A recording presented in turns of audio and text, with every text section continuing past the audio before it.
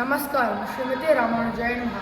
இன்றைய நாள் நாம் இருக்கும் இந்த திவ்ய தேசத்தின் பெயர் நைமிஷாரண்யம். அப்பேற்பட்ட புண்ணியக்ஷேத்திரம் 108 திவ்ய தேசங்களில் 97வது திவ்ய தேசம் இந்த நைமிஷாரண்யம்.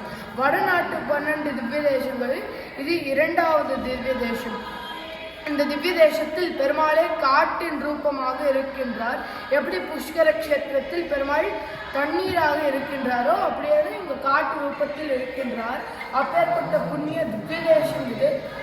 இங்கதான் நிறைய வியாசாச்சாரியால் அவனா இங்கதான் புராணத்தை எழுதியிருக்கா. எல்லாரும் இதை சேவிச்சுக்கோங்க.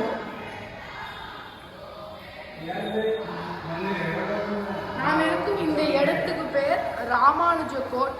இங்கதான் ராமானுஜாச்சாரியர் வந்தார்.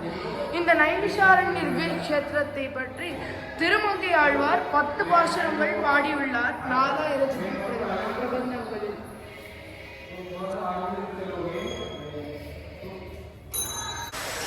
இப்பொழுது நாம் நைமிஷாரண்யம் அப்படின்ற அந்த வார்த்தைக்கு அர்த்தத்தை பார்ப்போம், அனுபவிப்போம்.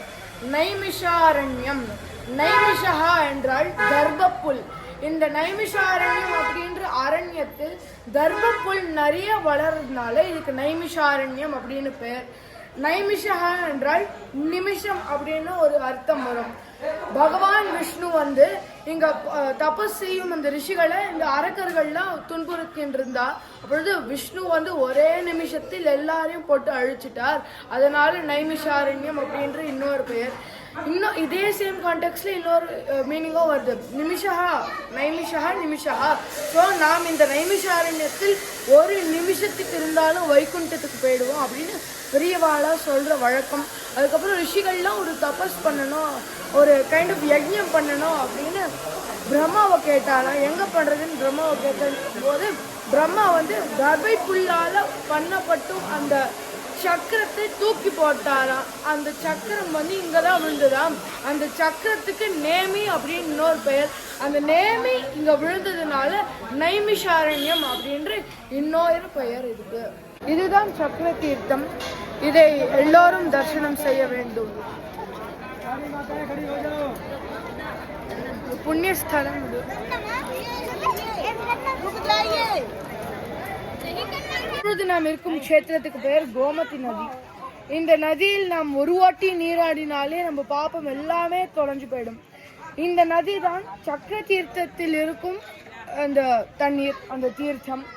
இந்த நதி ஹிமாச்சலத்திலிருந்து ஆரம்பிச்சு கான்பூர்ல இருக்கும் கங்காவோட பிரவகிக்கிறது சேர்த்து. எல்லாரும் தரிசிச்சுக்கோங்க. இந்த இடத்துக்கு தான் அக்ஷயவட் அப்படின்ற பேர். இந்த மரம் 5000 years old approximately. ஸோ அவ்வளோ ஓல்டு மரம். இந்த இடத்தில் தான் வேதவியாசர் மகாபாரதம் அந்த புராணங்கள்லாம் ரச்சனம் செய்து ஜாமினி மகரிஷி அப்படின்ற அவருடைய சிஷ்யருக்கு எல்லாத்தையும் சொல்லி கொடுத்தார். சௌனக்கருக்கு சொல்லி கொடுத்தார். தரிசிச்சுக்கோங்க. நமஸ்காரம்.